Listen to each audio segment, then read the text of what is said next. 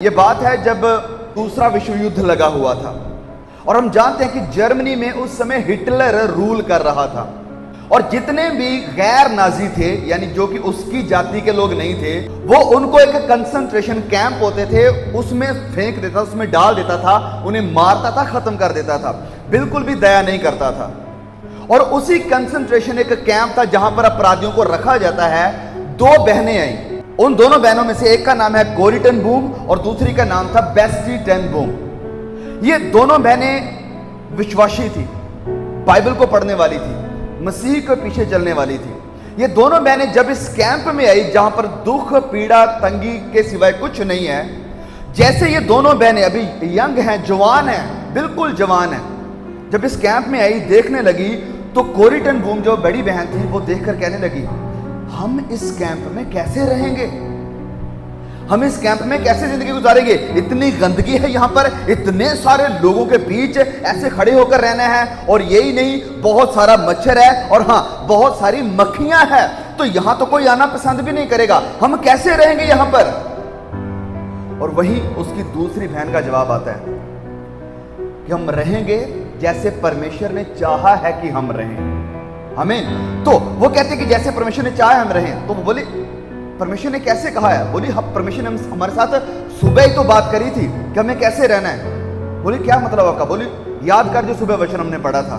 तो वो फिर से अपनी बाइबल खोलती है और उस वचन को पढ़ती है। तो वचन क्या पढ़ती थी वो? पहला थिस्सलुनीकियों 5:18। इस वचन को पढ़कर इसका अध्ययन किया था, हमने इसके ऊपर मनन किया था। यहां पर क्या लिखा है? हर एक बात में धन्यवाद करो, हर एक बात में धन्यवाद करो। ये प्रभु की आवाज है, ये परमेश्वर का वचन है, किसी इंसान की बात नहीं है। यहां पर परमेश्वर का वचन क्या सिखा रहा है? हर एक बात में क्या करो। वो कहने लगे कि ऐसा नहीं लिखा कि कुछ कुछ बातों में, या जब सब कुछ अच्छा अच्छा मिल रहा है, जब सब कुछ सही सही सही जा रहा है, जब सब कुछ आपके मुताबिक, आपके प्लान के अकॉर्डिंग हो रहा है, तब नहीं, सारी बातों में। कितनी बातों में? हर बात में धन्यवाद करो। और आगे लिखा है क्योंकि तुम्हारे लिए मसीह यीशु में परमेश्वर की यही इच्छा है।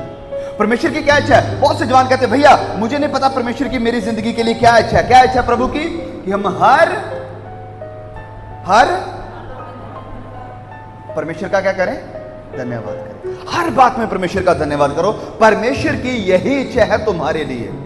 तो इस वचन को जब उसने फिर दोबारा पढ़ा तो कोरी टेन बूम अपनी बहन को कहने लगी, तो क्या इसका मतलब है कि हमें इस कीचड़ के लिए, इन दुखों के लिए परमेश्वर का धन्यवाद करना चाहिए? उसकी बहन बेस्टी कहती है यस, धन्यवाद करो। वो धन्यवाद करने लगी। उसने कहा कि इतने बड़े ग्रुप में, इतने बड़े लोगों के बीच में, इतने छोटे से एरिया में हम सबको मिलकर रहना है, इतनी स्मेल आ रही है, क्या यहां पर भी परमेश्वर का धन्यवाद करना है? इस चीज के लिए भी? वो बोली हाँ, इसके लिए भी प्रभु का धन्यवाद करना है। बोली चलो ठीक है, लेकिन इतना मच्छर, इतनी मक्खियां, इतनी गंदगी, मक्खियों के कारण तो यहां आने के लिए दिल ही नहीं कर रहा है, क्या इसके मक्खियों के लिए भी प्रभु का धन्यवाद करना है? बोली हाँ, हर एक बात के लिए प्रभु का धन्यवाद करना है। तो उन्होंने प्रभु का धन्यवाद किया। बोली पता क्यों हमें धन्यवाद करना जरूरी है? क्योंकि यहां पर हम आए हैं, धन्यवाद करो कि प्रभु ने अब तक आपको जिंदा रखा है। क्योंकि बहुत सारे लोग हमारे आसपास में मारे जा रहे हैं, लेकिन हम अभी भी जिंदा हैं। इस बात के लिए प्रभु का धन्यवाद कर। वो कहते अपनी बहन कोरी टेन बूम को कि हम इन लोगों के बीच में आए हैं, हमें नहीं पता इतने इनमें से कितने लोग ऐसे हैं जो बाइबल को मानते या विश्वास करते हैं। तो प्रभु ने हमें मौका दिया है कि हमारे पास बाइबल है, हम इन्हें प्रभु का वचन सुना सकते हैं। इस बात के लिए प्रभु का धन्यवाद करो। बोली बहुत सारे लोगों के पास ये वचन नहीं है, ये सच्चाई नहीं है, लेकिन हमारे हाथ में बाइबल है। इस बात के लिए प्रभु का धन्यवाद करो। उस कठिनाई में भी इन्होंने प्रभु को धन्यवाद देना सीख लिया। कैसे सीखा?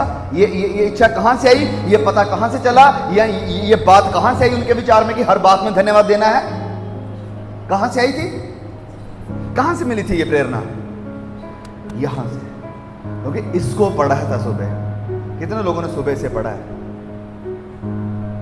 आमीन, प्रेज़ द लॉर्ड। सो इस वचन को पढ़ा था, प्रभु ने सुबह बता दिया था कि तुम्हें हर बात के लिए धन्यवाद देना। इसीलिए मैं कहता हूँ वचन पढ़ना बहुत जरूरी है। जब हम वचन पढ़ते हैं, जानते हैं प्रभु की बातों को, तो यही बातें हमारी मदद करेंगी, हमें इनकरेज करेगी, हमें बनाई रखेंगी।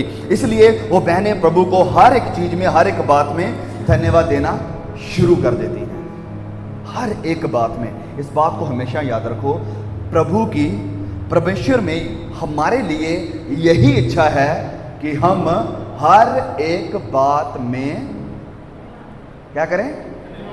हर एक बात में नहीं। प्रभु जब तो तू दे रहा है तब तो ठीक है, लेकिन जब थोड़ी मुश्किल आएगी तब धन्यवाद नहीं होगा। शिकायतों के सिवाय कुछ नहीं करेंगे। ये क्या हो गया मेरे साथ, ये क्यों हो गया मेरे साथ? नहीं, वचन कहता है हर एक बात में।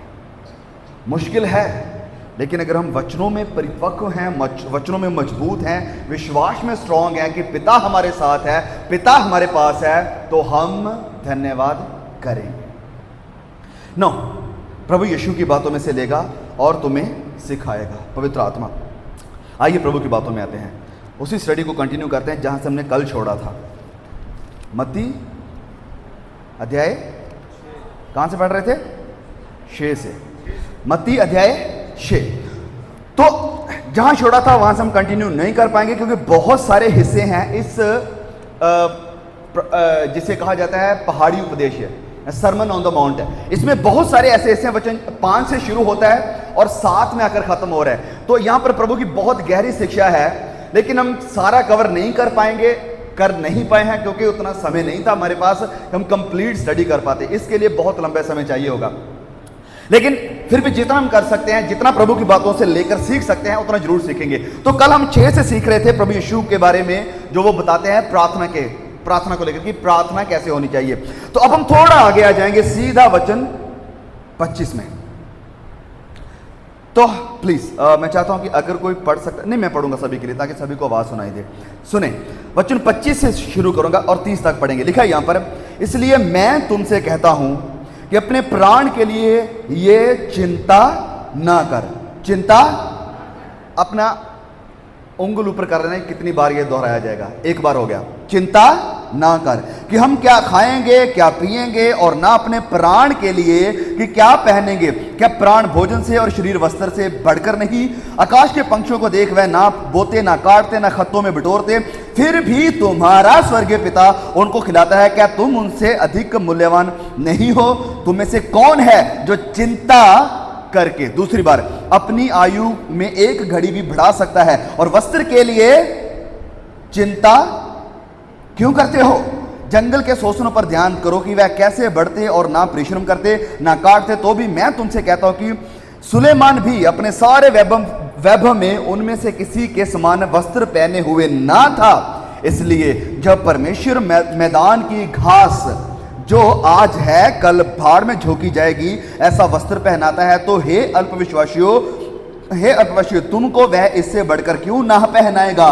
31, इसलिए तुम चिंता करके ये ना कहना कि हम क्या खाएंगे, क्या पिएंगे। वचन 34 अंत, कल की चिंता ना कर। कल की चिंता कितनी बार मिला आपको? 5 बार। हालांकि एक छठी बार भी है जहां पर लिखा नहीं गया, लेकिन मायने वही थे। जैसे वचन 25 के ऊपर वाली लाइन में लिखा है, और ना अपने शरीर के लिए कि क्या पहनेंगे। वहां पर भी सेम चीज आ सकती है कि ना अपने शरीर के लिए चिंता करना कि क्या पहनेंगे। तो फिर भी प्रॉपरली 5 बार इस बात को प्रभु ने रिपीट किया है, तो इसका मतलब है कि कुछ ना कुछ तो मायने हैं इस बात के, जब प्रभु यीशु खुद कह रहे हैं कि चिंता ना कर। देखिए, हमें इस बात को समझना पड़ेगा।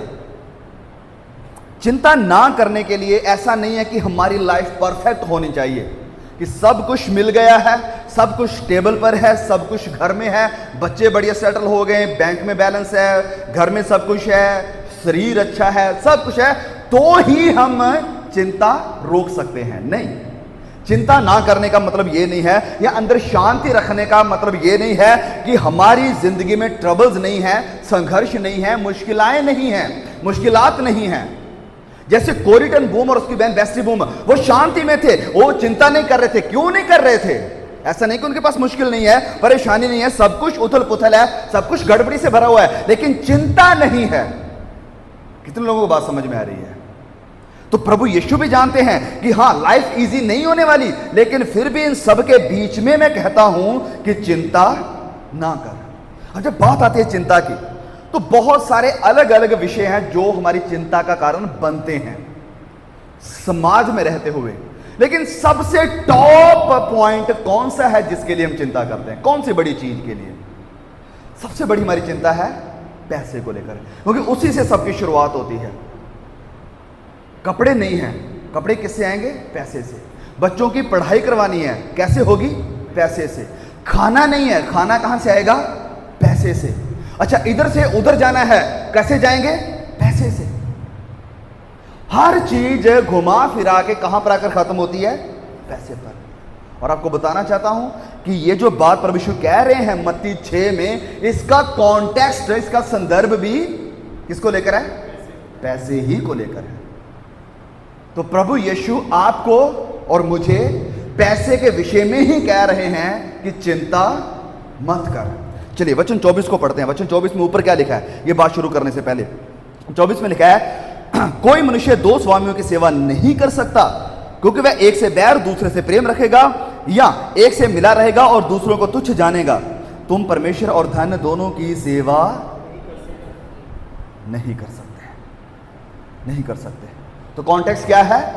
धन और परमेश्वर की सेवा नहीं कर सकते। तो प्रभु यीशु यही कहना चाह रहे हैं कि धन को लेकर चिंता में मत पड़ जाना, इसके बारे में पूरा मत सोचते रहना कि ये कैसे होगा, वो कैसे होगा, यहां कैसे जाएंगे, वहां कैसे जाएंगे, क्या खाएंगे, क्या पिएंगे, क्या पहनेंगे। नहीं, इस पर तुम्हारा फोकस नहीं होना चाहिए। फोकस किस पर होना चाहिए? किस पर? परमेश्वर पर। एक तरफ ये है जिस पर तुम्हारा पूरा ध्यान है, इसको हटा दो, इससे ध्यान हटा दो। जब तुम्हारा पूरा फोकस, पूरा ध्यान, पूरी सेवा इसकी तरफ यानी परमेश्वर की तरफ होगी, तो तुम्हारी हर जरूरत को परमेश्वर पूरा करेंगे। पैसे की चिंता को लेकर प्रभु यीशु ने बात करी थी। तो सबसे पहले वचन 24 में क्या कहा है? इसलिए मैं तुमसे कहता हूं कि अपने प्राण के लिए चिंता ना कर। Do not worry. ये कोई सजेशन नहीं है कि देखो यार मैं आपको बता रहा हूं अगर हो सके तो चिंता करना बंद कर दो। ये सजेशन होता है कि सजेशन दे रहा हूं, आपको सुझाव दे रहा हूं। ये कमांड है। कमांड का मतलब क्या होता है? आज्ञा। जब कोई आर्मी ऑफिसर किसी सिपाही को कमांड देता है कि सिट डाउन, तो उसे बैठना पड़ता है। जब वो कहता है गो बैक, पीछे जाओ, उसे जाना पड़ता है। ये कमांड होती है कि तुम्हें मेरी बात को मानना है। अब यीशु यहां पर कमांड दे रहे हैं, आज्ञा दे रहे हैं कि चिंता ना कर। अब परमेश्वर की आज्ञा को तोड़ने का मतलब क्या होता है? अगर हम परमेश्वर की आज्ञाओं को तोड़ रहे हैं तो इसका मतलब क्या कर रहे हैं? क्या कर रहे हैं? यस। जब आदम और हवा ने परमेश्वर की आज्ञा को तोड़ा तो क्या हुआ था? क्या किया उन्होंने? पाप किया था, राइट? विरोध किया, परमेश्वर का पाप किया। तो ये जो परमेश्वर आज्ञा दे रहे हैं चिंता ना कर, अगर हम इसे तोड़ रहे हैं तो क्या कर रहे हैं? पाप कर रहे हैं। तो चिंता करना क्या है? क्या है? जैसे आदम हवा के लिए वो फल खाना पाप था, तो चिंता करना क्या है? हमें यही सोच पड़ता है कि अगर हम, जैसे मैं कल भी कह रहा था, बैंक लूटेंगे, बड़े गंदे काम करेंगे, या ये करेंगे, वो करेंगे, अपराधियों वाले कार्य करेंगे तो ही पाप करेंगे। लेकिन चिंता करना भी, जैसे कल सीख रहे थे, प्रार्थना ना करना भी पाप है, और यहां पर चिंता करना भी अपने आप में पाप है। अब इस चीज को हम रिलेट करके चलेंगे कल के मैसेज के साथ। हम प्रार्थना किसके सामने करते हैं? किसके सामने? उसने क्या कहा? जब तू प्रार्थना करे तो क्या कहना? हे परमेश्वर, तू जो, क्या बोला था उसने? कैसे सिखाई थी प्रार्थना यीशु ने? हमारे, इस बात को नहीं भूलना है कि कौन है वो जिससे प्रार्थना करते हैं? पिता। मैंने कहा था कि हम किसी बॉस के आगे, किसी एमएलए, किसी पीएम, किसी सीएम, किसी रिश्तेदार, किसी दूर के खुदा के सामने नहीं बैठे हैं, हम अपने पिता के पास बैठते हैं। तो इस बात को दिमाग में रखना। जब प्रभु यीशु अभी यहां पर पहुंचे हैं इस हिस्से पर चिंता को लेकर, वो कह रहे हैं कि तुम्हें याद रखना है कि तुम किसके आगे बैठते हो, किसके आगे प्रार्थना करते हो। तो जब तुम जानते हो कि तुम्हारा पिता कौन है, तो चिंता करना नहीं बनता। चिंता करना नहीं बनता। तो क्या आप कहेंगे कि हां मुझे तुच्छ जाना गया है, लेकिन मैं चिंता अब बोल थोड़ा आवाज आनी चाहिए, मैं चिंता, रिपोर्ट्स नॉर्मल नहीं है लेकिन मैं चिंता, हां सब कुछ मेरे खिलाफ चल रहा है लेकिन मैं चिंता, घर में पैसे नहीं हैं लेकिन मैं चिंता, मुझे नहीं पता कल मेरे बच्चे स्कूल के लिए जाने वाले एडमिशन करवानी है, पैसा कहां से आएगा, लेकिन मैं चिंता, रिपोर्ट मेरे खिलाफ में है, मैं चिंता, हां सेवकाई में मुझे कुछ फल दिखाई नहीं दे रहा है, लोग नहीं आ रहे लेकिन मैं चिंता। आमीन। यह है पिता पर संपूर्ण क्या भरोसा।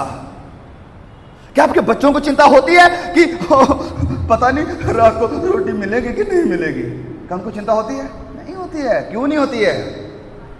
पापा है ना, मम्मा है ना, लेकर आएंगे, उन्हें चिंता नहीं होती है। क्या हमें ऐसा भरोसा है अपने पापा पर? वही बात प्रभु यीशु यहां पर कह रहे हैं कि चिंता मत कर, आई कमांड यू, मैं तुम्हें आज्ञा देता हूं, चिंता ना कर। चिंता की जड़ कहां है? चिंता की जड़ कहां से आती है? जब हम संतुष्ट नहीं हैं पिता में। चिंता की जड़ है असंतुष्ट होना, जब हम संतोष के साथ नहीं चल रहे हैं। जब हम कहते हैं हो मेरे पास तो बाइक है लेकिन उसने गाड़ी ले ली, हाँ मेरे पास तो एक ही कमरा है लेकिन उसने बढ़िया 2-3 कमरे बना लिए, साथ में किचन बना लिया, गेस्ट रूम बना लिया, हाँ तो क्या होता है, अंदर से चिंता होनी शुरू हो जाती है। जब और चाहते हैं, और मिले, और चाहिए, ये काफी नहीं है, और चाहिए, तो फिर चिंता करना शुरू कर देते हैं। देखिए मैं इस बात को क्लियर कर देना चाहता हूं, पहले भी किया है कि परमेश्वर पैसे के खिलाफ नहीं है। परमेश्वर पैसे के खिलाफ नहीं है। कल भी हम इस बात को सीख रहे थे, वचन में यह लिखा है कि पैसे का लोभ सब प्रकार की बुराइयों की जड़ है। पैसा नहीं, पैसे का लोभ सब प्रकार की बुराइयों की जड़ है। तो प्रभु पैसे के खिलाफ नहीं है, प्रभु इस बात के खिलाफ है कि कहीं पैसा आपको कंट्रोल, कहीं पैसा आपका मालिक, कहीं पैसे की तुम सेवा करना शुरू, कहीं पैसे के लिए लोगों के साथ हेरा फेरी करना शुरू ना कर दो। इस चीज के प्रभु खिलाफ है। इसी कारण वो कहते हैं कि चिंता मत कर। और तुम 2 मालिकों की सेवा नहीं कर सकते, पैसा और परमेश्वर की। वचन 24 में क्या लिखा है यहां पर, मैं चाहता हूं फिर से पढ़े। कोई मनुष्य 2 स्वामियों की सेवा नहीं कर सकता। कोई भी मनुष्य, ध्यान जब, कोई मनुष्य 2 स्वामियों की सेवा नहीं कर सकता। तो ये तुम्हारी चॉइस है, ये तुम्हें चुनना पड़ेगा कि तुम किसकी सेवा करोगे। अगर तो तुम पैसे की सेवा करोगे तो तुम चिंता में जाओगे, अगर प्रभु की सेवा करोगे तो चिंता को भगाओगे। आमीन। अगर तो पैसे की सेवा करने वाले हो, पैसे के पीछे भागना हो, तो चिंता आएगी ही आएगी, लेकिन अगर प्रभु की सेवा करने वाले हैं तो चिंता की कोई भी जगह नहीं रहेगी। और ये जो हमारा चुनाव है कि क्या चुनाव करना है, इसी चुनाव से हमारी जिंदगी के बहुत सारे अहम हिस्से निकल कर आएंगे कि हम शांति में रहेंगे या चिंता में रहेंगे, खुदा के आनंद में रहेंगे या हमेशा डिप्रेशन में रहेंगे। क्योंकि वचन हमें क्या कह रहा है कि चिंता मत कर। हमें आज्ञा मिल रही है तो हमें चिंता को एक पाप की तरह ट्रीट करना चाहिए कि जब मैं चिंता कर रहा हूं मैं प्रभु के खिलाफ जा रहा हूं, जब मैं चिंता कर रहा हूं तो प्रभु का विरोध कर रहा हूं। बिल्कुल वैसे ही जैसे आदम और हवा ने किया था। जब मैं चिंता कर रहा हूं तो मैं अपनी चिंता को पाल रहा हूं कि मुझे चिंता बड़ी प्यारी लगती है, मैं इसे प्रभु नहीं छोड़ सकता। आपको छोड़ना पड़े छोड़ दूंगा, आप पर भरोसा ना रखना पड़े नहीं रखूंगा, पर चिंता को तो गले से लगाकर चलूंगा। वचन हमें क्लियर आज्ञा दे रहे हैं। प्रभु यीशु क्या कह रहे हैं? कौन कह रहा है? प्रभु यीशु। क्योंकि हम यीशु की बातों को सीख रहे हैं, किसी इंसान की बातों को नहीं, किसी इंसान की थियोलॉजी नहीं, प्रभु यीशु ही की बातों को। ओके, आगे वचन 25 में क्या लिखा, पढ़ दीजिए। इसलिए मैं तुमसे कहता हूं कि अपने प्राण के लिए ये चिंता ना करना कि हम क्या खाएंगे और क्या पिएंगे, और ना अपने शरीर के लिए कि क्या पहनेंगे। क्या प्राण भोजन से और शरीर वस्त्र से बढ़कर नहीं। ओके, अब जिस संदर्भ में प्रभु यीशु बात कर रहे हैं उस वक्त, यानी आज से तकरीबन 2000 साल पहले जब प्रभु यीशु ये बातें सारी सिखा रहे थे, उस वक्त में लोगों को यह चिंता नहीं होती थी कि मुझे कौन सी गाड़ी लेनी चाहिए यार, या मुझे कौन सा ब्रांड का मोबाइल लेना चाहिए, या मुझे कौन से स्टाइल का कपड़ा पहनना चाहिए, जीन लेनी चाहिए, नॉर्मल फॉर्मल पैंट शर्ट लेनी चाहिए, शरारा लेना है, साड़ी लेनी, क्या लेना, इन चीज़ों की चिंता नहीं थी। उस समय सबसे बड़ी चिंता लोगों की क्या होती थी? बस हैंड टू माउथ इसे कहा जाता है कि खाना मिल जाना चाहिए। बस लोग इसी चीज के लिए जीवित थे कि खाना मिल जाए, सर ढकने की जगह मिल जाए और वस्त्र पहनने के लिए कोई कपड़ा मिल जाए, शरीर को कवर करने के लिए कोई कपड़ा मिल जाए। मतलब यही उनका मटेरियलिज्म था। बैंक अकाउंट भरना है, पैसे जमा करने, इन चीजों की चिंता नहीं होती थी। यही सबसे बड़ी चिंता थी। और प्रभु यीशु क्या कह रहे हैं यहां पर? इसलिए ये मत कहना प्राण के लिए, ये चिंता ना करना कि हम क्या खाएंगे, क्या पिएंगे, ना अपने शरीर के लिए कि क्या पहनेंगे। क्या प्राण भोजन से और शरीर वस्त्र से बढ़कर नहीं। वो कहना चाह रहे हैं कि हमारा जो प्राण है, हमारी जो जिंदगी है, हमारी जो लाइफ है, वो सारी मटेरियलिस्टिक चीजों से कहीं ज्यादा कीमती है, कहीं ज्यादा मूल्यवान है, बहुमूल्य है, बढ़कर है। फिर से सुने इस बात को। प्रभु यीशु यहां पर कह रहे हैं, जब वो कहते हैं कि अपने प्राण के लिए ये मत चिंता मत करना कि अपने प्राण प्राण भोजन से और शरीर वस्त्र से बढ़कर नहीं। वो कह रहे हैं कि तुम्हारा जीवन, तुम्हारी जिंदगी शारीरिक चीजों से, मटेरियलिस्टिक चीजों से कहीं ज्यादा कीमती है, कहीं ज्यादा बढ़कर है, कहीं ज्यादा मूल्यवान है। इसलिए चिंता करके अपनी जिंदगी का विनाश करना छोड़ दो। चिंता कर करके अपने शरीर को नष्ट करना छोड़ दो। क्या भरोसा नहीं है पिता पर? क्या ट्रस्ट नहीं है कि वो कैसे तुम्हारी चिंता करता है? आप याद कर सकते हैं अपनी जिंदगी का कोई हिस्सा जब प्रभु ने आपकी चिंता करते हुए आपके लिए इंतजाम किया हो, जब आपने सोचा भी नहीं था कि ऐसा कुछ हो सकता है? बहुत सारे हिस्से हैं हमारी जिंदगी से ऐसे। मैं अपनी कई एग्जाम्पल्स आपको दे सकता हूं कि ऐसे समय आए, ऐसे हालात बने जब कोई उम्मीद नहीं थी कि क्या होगा, कैसे होगा, लेकिन अद्भुत तरीके से प्रभु ने इंतजाम किया है। और इसीलिए प्रभु यीशु कह रहे हैं कि अपनी चिंता कर करके अपने प्राण का विनाश करना बंद करो। क्या आपका प्राण बढ़कर नहीं है इन सारी चीजों से जिनको लेकर आप चिंता में पड़े हुए हो?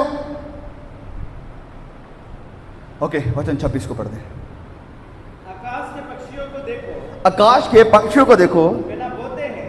अब प्रभु यीशु ने अब आपको समझा दिया, प्रभु यीशु ने अब आपको, मुझे समझा दिया कि चिंता नहीं करनी है। अलग अलग तरीके से समझा दिया है, सब कुछ कहते हुए बता दिया है कि आपका प्राण बढ़कर है, चिंता मत करो। अब वो बताने वाले हैं कुछ एग्जाम्पल्स देकर, अब कुछ प्रभु यीशु उदाहरणें देने वाले हैं ताकि हमें ये बात दिमाग में फिट हो जाए कि चिंता नहीं करनी है। अब कौन सी एग्जाम्पल्स देने वाले हैं प्रभु यीशु यहां पर सुने क्या लिखा है। आकाश के पक्षियों को देखो, वो कह रहे हैं कि आकाश के पंक्षियों को देखो। लुक एट द बर्ड्स, पंक्षियों को देखो। पंक्षियों को देखने के लिए क्यों कहा? आगे पढ़ते, थोड़ा कंप्लीट कर दें। वे ना बोते हैं, ना वे बोते हैं, ना काटते हैं, ना वो काटते हैं, ना खत्तों में, ना वो खत्तों में बिटोरते हैं, फिर भी हमारा स्वर्गीय पिता, तुम्हारा स्वर्गीय पिता। किसका स्वर्गीय पिता? एक मिनट, किसका? ऐसा नहीं कहा कि पंक्षियों को देखो, ना वो बोते, ना वो काटते, ना वो जमा करते, लेकिन इनका स्वर्गीय पिता। इनका बोला, स्वर्गीय पिता किनका बोला है? हमारा। आमीन। आप किसी भी मजहब में, किसी भी धर्म में चले जाइए, किसी के पास ये अधिकार नहीं है कि परमेश्वर को अपना अब्बा कहे, अपना डैडी कहे, अपना पापा कहे। यहूदियों के पास भी ये अधिकार नहीं था। ये अधिकार हमें यीशु ने दिया है। आमीन, आमीन। इस अधिकार से कोई आपको रोब ना करे, इस अधिकार से कोई आपको छीन ना ले कि ऐसे प्रार्थना करो, एलो एलोहीम खुदा, एलोहीम खुदा, अब्राहम, इज़ाक, याकूब के खुदा। नहीं, वो करते थे जब करते थे। हमें तो इससे बड़ा अधिकार मिल गया है, क्या कहने का? पापा कहने का। आमीन। तो प्रभु यीशु कह रहे हैं कि फिर भी तुम्हारा स्वर्गीय पिता खिलाता है, उनको खिलाता है। आगे एक लाइन और, क्या तुम उनसे अधिक मूल्य नहीं रखते? क्या तुम इन पशु पंक्षियों से अधिक मूल्य नहीं रखते? तुम्हारा स्वर्गीय पिता तुम्हें देखता है, और तुम इन पंक्षियों को देखो, वो तो कुछ भी नहीं करते, ना वो काटते ना वो बोते, लेकिन तुम्हारा पिता उनकी चिंता करता है, उनकी फिक्र करता है, उनका इंतजाम करता है। क्या वो तुम्हारा नहीं करेगा? आकाश के पंक्षियों को देखो और तुम उनसे कहीं ज्यादा क्या हो? बोलो, मैं पंक्षियों से ज्यादा मूल्यवान हूं, मैं पंक्षियों से बढ़कर हूं। क्योंकि देखिए, पंक्षी जिनका प्रभु इंतजाम करते हैं, बर्ड्स, क्या वो प्रार्थना करते हैं? नहीं, वो प्रार्थना भी नहीं करते। क्या उन्होंने ये पढ़ा है वचन 6 से लेकर 25, अध्याय 6 वचन 25, 26, 27, 28? कभी पढ़ा उन्होंने? ये कभी नहीं पढ़ा। क्या उनको सिखाया गया कि तुम्हें अपने परमेश्वर को पिता बोलना है? उन्हें नहीं सिखाया गया। क्या वो परमेश्वर की तस्वीर पर बनाए गए हैं? कौन बनाया है परमेश्वर की तस्वीर पर? हम बनाए गए हैं। अब क्या उन्हें प्रभु यीशु ने अपना लहू बहाकर खरीदा है? हमें खरीदा है। कितने लोगों को बात समझ में आ रही है? अरे ना वो प्रार्थना करते, ना वो बाइबल को पढ़ते, ना वो इन हिस्सों को जानते, ना वो प्रभु की तस्वीर पर बनाएंगे, और ना ही उन्हें लहू देकर खरीदा गया, लेकिन फिर भी पिता आपका उनके लिए इंतजाम कर रहा है। क्या तेरे लिए नहीं करेगा? तुम जो लहू देकर खरीदे गए हो, जो परमेश्वर की तस्वीर पर बनाए गए हो, तुम जो प्रभु की इस आवाज को, वचन को जानते हो, क्या तेरी चिंता नहीं करेगा? जब प्रभु यीशु कहते हैं आकाश के पंक्षियों को देखो, देखो आकाश के पंक्षियों को। एक और चीज हमें पंक्षियों में देखने को मिलती है, वो क्या है कि जो पंक्षी है वो मेहनत करते हैं। क्या करते हैं? वो मेहनत करते हैं। They work hard. वो अपना नेस्ट बनाते हैं। नेस्ट को क्या बोलते हैं हिंदी में? घोंसला। घोंसला बनाते हैं। वो घोंसला ऐसे बन जाता है, बड़ा मुश्किल होता है उनके लिए, सिर्फ इस चोंच से बनाना होता है सब कुछ, इसी से ऐसे ऐसे करके बनाएंगे, बड़ी मेहनत लगती है उनके लिए। फिर वो इस घोंसले से बाहर निकलते हैं शिकार करने के लिए कि कुछ मिल जाएगा खाने को। पता नहीं कि कहां पड़ा है, कि आजो आजो आजो भैया माल मिल गया, आजो आजो मिलते हैं, पार्टी करेंगे। नहीं नहीं, कुछ पता नहीं है कहां से मिलेगा। हंट करने निकलते हैं, शिकार करने निकलते हैं, फिर वहां जाते हैं, अपने लिए खाते हैं और घर के लिए भी लेकर आते हैं। और कहने पता होता है कि कल कहां से मिलेगा, पता होता है। तो वो किसके ऊपर डिपेंडेंट है? परमेश्वर पर, कि वो कल भी हमारा इंतजाम करेगा। तो इस बात को समझे, जरा दिमाग लगाएं थोड़ा सा, कि पंक्षी ना उन्हें कल का पता है कहां से मिलेगा, ना उन्हें आज का पता है कि आज हम जा रहे हैं कहां पर खाना मिलेगा, उन्हें कुछ नहीं पता। लेकिन क्या आपने देखा कि कोई पंक्षी डिप्रेशन में चला गया? किसी पंक्षी को डिप्रेशन के इंजेक्शन लेने पड़ रहे हैं, डिप्रेशन की गोलियां खा रहा है कोई पंछी? कोई देखा पंछी अब डिप्रेशन के कारण मर गया? मैंने तो कभी नहीं देखा। क्यों? क्योंकि आपका पिता, आपका पिता, मेरा पिता इन पंक्षियों का क्या करता है? इंतजाम करता है। और प्रभु यीशु क्या कह रहे हैं कि तुम इनसे क्या हो? बढ़कर हो तुम। मैं चाहता हूं कि जब आप घर से बाहर, इस जगह से बाहर निकले, पंछी है ना हमारे आसपास में, कितने पंछी हैं, बढ़िया जगह है ये, बहुत खूबसूरत जगह है, बहुत सारे पेड़ है, तो पंछी जरूर हैं यहाँ पर। पंछियों को देखो एक बार, और पंछियों को देखकर बोलो, पिता तेरा धन्यवाद, मुझे तुझ पर भरोसा है कि अगर तू इनकी चिंता कर रहा है, इनका इंतजाम कर रहा है, मेरा भी करेगा। आमीन, प्रेज़ द लॉर्ड। इस बात को सोचना बंद कर दो।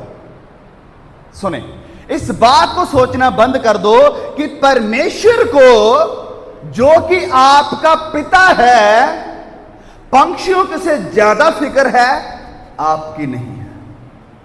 प्लीज ऐसा सोचना बंद कर दो। और ये अपने मुंह से घोषणा करो। अगर सच्ची घोषणा करनी है, ये घोषणा करो कि परमेश्वर मुझसे प्यार करता है।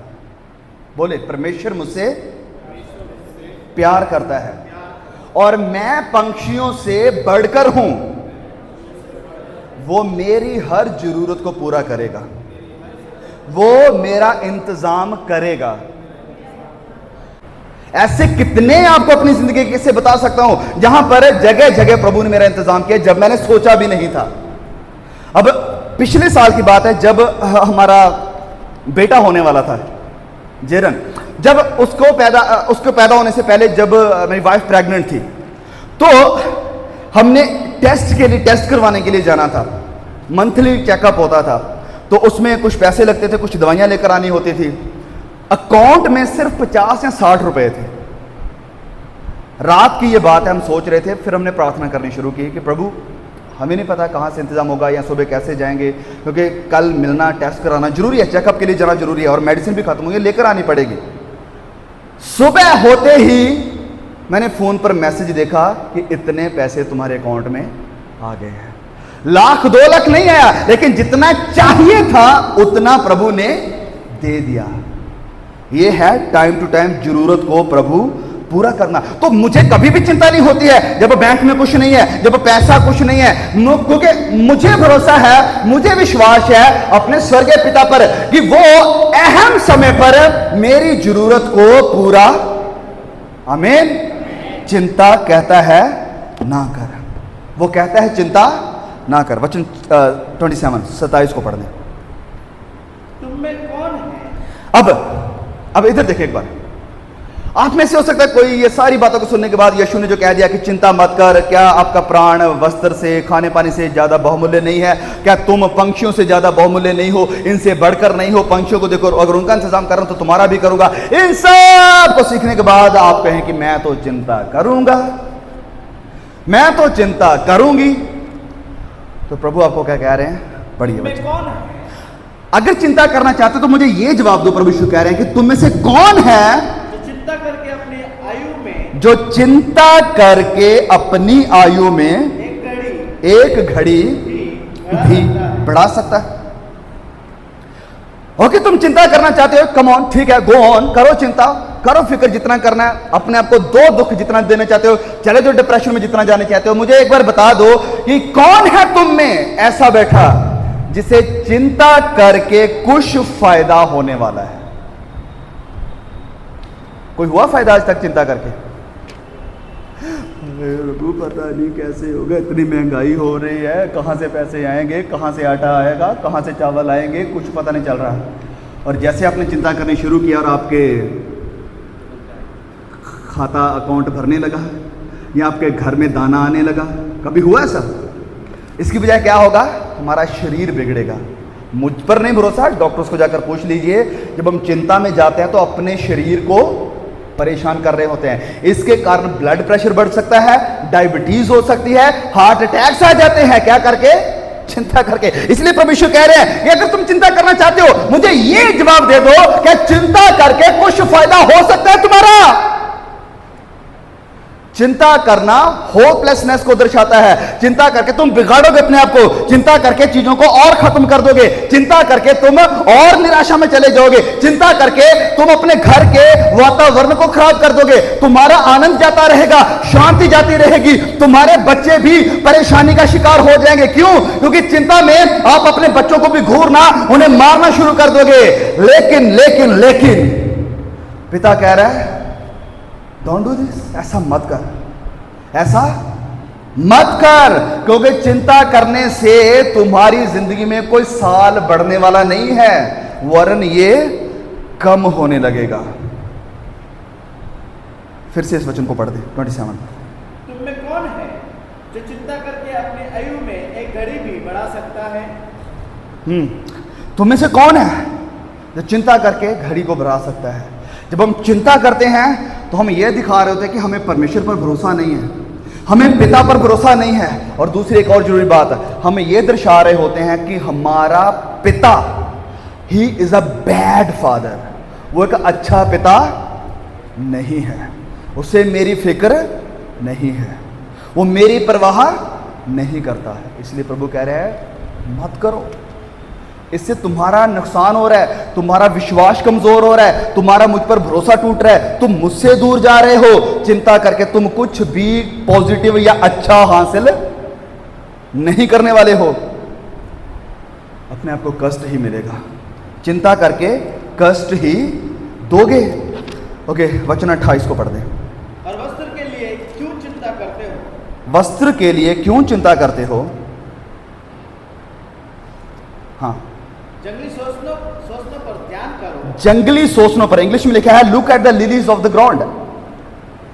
जंगली सोच, तो प्रभु यीशु क्या कह रहे हैं? सुने, बड़े खूबसूरत फूल, क्या क्या कह रहे हैं, आगे पढ़ो। जंगली सोचनों पर ध्यान करो, जंगली फूलों को देखो कि वे कैसे बढ़ते हैं। वो कैसे बढ़ते हैं, वे ना तो परिश्रम ना वो परिश्रम करते हैं, करते हैं, ना काटते हैं। अब ध्यान दें, ये जो जंगली फूल है, कोई है उनको पानी देने वाला, कोई है उनको खोदने वाला कि भैया ये अच्छे से निकल कर आए या बढ़िया फल दें, बढ़िया दिखने लगे, इनके आसपास में हमें घेरा लगाना होगा ताकि कोई जंगली जानवर इन्हें खत्म ना कर दे। उन्हें कोई प्रोटेक्शन नहीं है, उन्हें कोई प्रोविजन नहीं है, लेकिन उन्हें पाल पोस कौन रहा है? कौन उनकी देखभाल कर रहा है? स्वर्गीय पिता। और प्रभु यीशु पहले पंछियों की एग्जाम्पल दे रहे थे, अब वो जंगल के फूलों की एग्जाम्पल दे रहे हैं कि देखो उनके बारे में वह कैसे बढ़ते हैं, वो कोई परिश्रम नहीं करते, ना वो काटते हैं। वचन 29, तो भी मैं तुमसे कहता हूं कि सुलेमान भी अपने सारे वैभव में उनमें से किसी के समान वस्त्र पहने हुए ना था।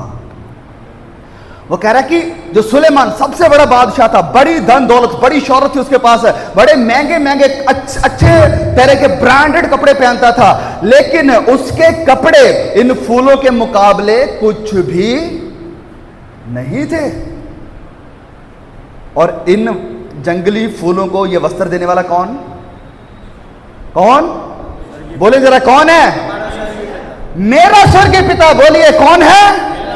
मेरा स्वर्गीय पिता। हालेलुया। वो उन्हें इतने अच्छे वस्त्र पहना रहा है, इतने खूबसूरत वस्त्र दे रहा है, ऐसे वस्त्र जैसे कभी सुलेमान ने भी नहीं पहने थे। वो कोई परिश्रम नहीं कर रहे, कोई उन्हें पानी नहीं दे रहा है। पानी कहां से आ रहा है? प्रभु की तरफ से। हवाएं कहां से मिल रही है? प्रभु की तरफ से। इंतजाम कहां से हो रहा है उनका? प्रभु की तरफ से। और ऐसे वस्त्र उनको मिल रहे हैं जैसे कभी सुलेमान ने भी पहने। ये प्रभु एग्जाम्पल दे रहा है, किस चीज के लिए? हमें समझाने के लिए कि चिंता करना बंद कर दो। अगर इन छोटी छोटी चीजों को, जिनको कोई नोटिस नहीं करता, जिनको कोई देखने के लिए नहीं जाता, अगर उनको ऐसा वस्त्र पहना रहा हूं तो तुमको क्यों ना पहनाऊंगा? आमीन। आगे पढ़ दें। इसलिए जब परमेश्वर मैदान की घास को, मैं अब तीसरी एग्जाम्पल है मैदान की घास। ये देखिए मैदान की घास बाहर आपने, मैदान की घास को जो आज है और कल भाड़ में झोंक दी जाएगी, ऐसा वस्त्र पहनाता है, तो हे अल्प विश्वासियों, तुमको इनसे बढ़कर क्यों ना पहनाएगा? बोले, इनसे बढ़कर क्यों ना पहनाएगा? तो प्रभु ने एग्जाम्पल दिया है जंगली शोषण यानी जंगली फूलों और घास की। बोले जंगली फूल और घास, जब हम जाते हैं, जब मैं देखता हूं पहाड़ों को, इधर जब हम जा रहे थे, इतने खूबसूरत पहाड़ दिखने में बड़े अच्छे लग रहे, हरी हरी घास बड़ी खूबसूरत लगती है। ये नेचर का कितना प्यारा गिफ्ट है हमारे लिए जो प्रभु ने तैयार किया है, कितना अच्छा लगता है। इसको अच्छा किसने बनाया? खूबसूरत किसने बनाया इसका? लेकिन ये किस काम आ रहा है? हम इसको क्या कर रहे हैं? पैरों तले। और प्रभु ने कहा कि इसे आग में झोंका जाएगा।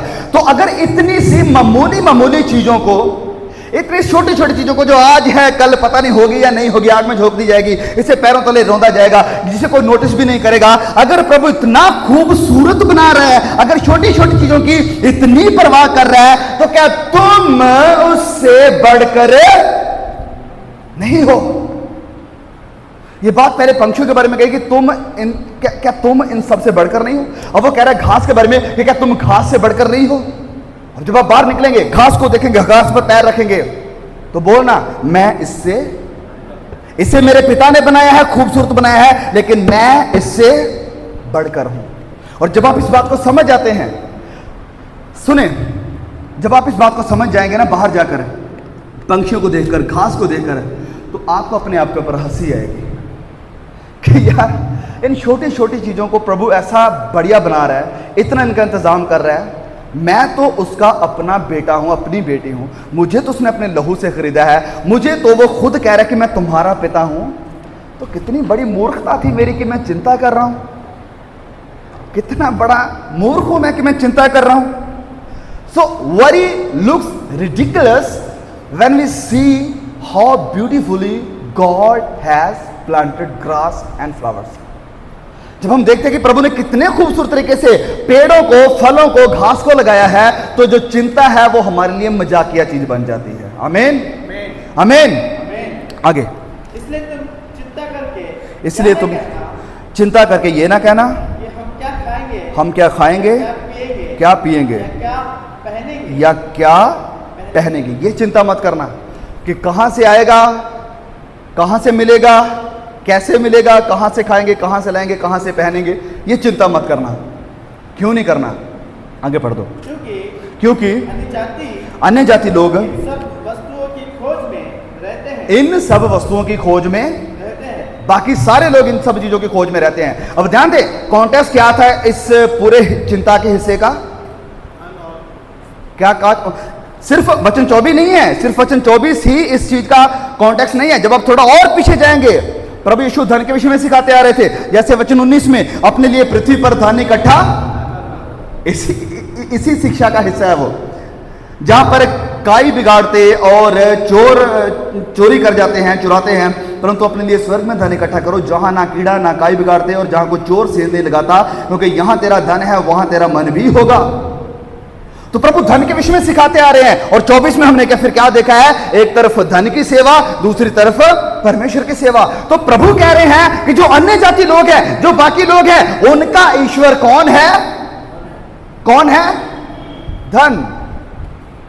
उनका ईश्वर धन है, लेकिन तुम्हारा ईश्वर धन होना, तुम्हारा ईश्वर कौन होना चाहिए? आगे वचन में लिखा है, पढ़ दो।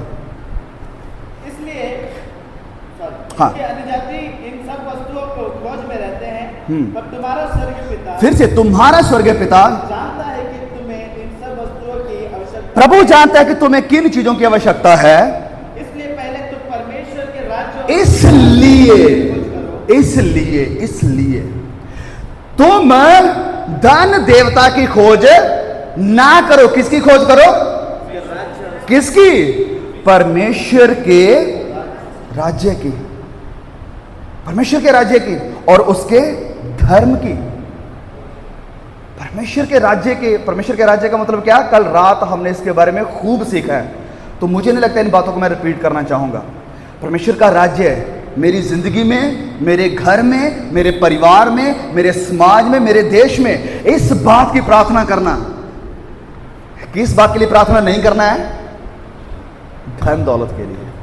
प्रार्थना किस चीज के लिए करना है? परमेश्वर के राज्य के लिए। फिर कहा है धार्मिकता की, परमेश्वर की धर्म की। परमेश्वर का धर्म क्या? पवित्रताई, धार्मिकता, अच्छाई, भलाई, नेक, नम्रता, भलाई, ये सब परमेश्वर के राज में है। और परमेश्वर के राज्य का मुख्य हिस्सा क्या है? मैंने कल कहा था, वहां शांति है, वहां प्यार है, वहां विश्वास योग्यता यानी वफादारी है, और वहां पर प्रभु यीशु खुद है। इन चीजों की खोज करो। अब परमेश्वर सारी बातों को समेटने के बाद, खत्म करने के बाद इस पॉइंट पर आ रहे हैं कि बाकी अन्य जातियां, बाकी दुनिया के लोग तो धन को देवता बनाकर बैठे हैं, इन्हीं चीजों के पीछे लगे हुए हैं, लेकिन तुमने किसकी सेवा करनी है? परमेश्वर की। 24 से शुरू किया था, अब 30 तक आते आते फिर से उसी पॉइंट को लेकर आगे प्रभु कि तुमने पहले किसकी खोज करनी है? परमेश्वर के राज्य की और उसकी धार्मिकता की। आगे, तो ये सब वस्तुएं भी तुम्हें मिल जाएगी। तो जब तुम इनके पीछे भागोगे, ना कि इनके पीछे, जब तुम धन देवता की पूजा नहीं करोगे, उसकी सेवा नहीं करोगे, परमेश्वर की सेवा के लिए आगे आ जाओगे, तो ये जो आपकी जरूरतें हैं वो सारी पूरी होती जाएगी। जैसे आकाश के पंछियों की हो रही है, जैसे हरी घास की हो रही है, जैसे जंगल के फूलों की हो रही है, तुम्हारी भी जरूरत समय टू समय वो पूरी करेगा। आगे पढ़ दीजिए। अतः कल की चिंता ना करो, कल की चिंता, ना करो। जैसे पंछी कल की चिंता नहीं करते कि कल कहां से मिलेगा, यार चलो आज का तो हो गया ठीक है, लेकिन कल, प्रभु कह रहे हैं तुम्हें कल की चिंता नहीं करनी है, कल की चिंता ना करो। कल की चिंता आप ही, कल का दिन अपनी चिंता आप ही कर लेगा। कल का दिन अपनी चिंता आप ही कर लेगा। और आगे, आज के लिए आज के लिए आज ही का दुख बहुत है। मतलब यहां पर यह नहीं लिखा है कि दुख चला गया है, दुख नहीं है, परेशानी नहीं है, मुश्किलें नहीं है, मुश्किलें हैं। प्रभु कह रहे हैं इसलिए आज की मुश्किलें हैं ना, आज के लिए यही काफी हैं। मुश्किलें हैं लेकिन इसकी चिंता ना कर, ये भी चिंता मत करना कि आज ये हाल है तो कल क्या होगा। बोला कि कल की भी चिंता ना करना, आज के लिए आज ही का दुख बहुत है, कल की चिंता ना कर। क्योंकि जब कल आएगा, कल अपनी चिंता आप करेगा। और कल के लिए भी, जैसे मैंने तुझे बीते दिनों में, बीते सालों में संभाला है, तेरी जरूरतों को पूरा किया है, तेरी हर एक जरूरत को मैंने पूरा किया है, तेरे लिए खाने का इंतजाम किया है, पहनने का इंतजाम किया है, रहने का इंतजाम किया है, बच्चों का इंतजाम किया है, तो कल आने वाले में भी मैं तेरा इंतजाम, आमीन। क्या हमें भरोसा अपने पिता पर? वो तो मेरा जिंदा खुदा है, कभी छोड़ेगा नहीं, कभी त्यागेगा नहीं, क्योंकि वो मेरा पिता है, मेरा पापा है। परमेश्वर इन वचनों के द्वारा आपको बहुत आशीष दे।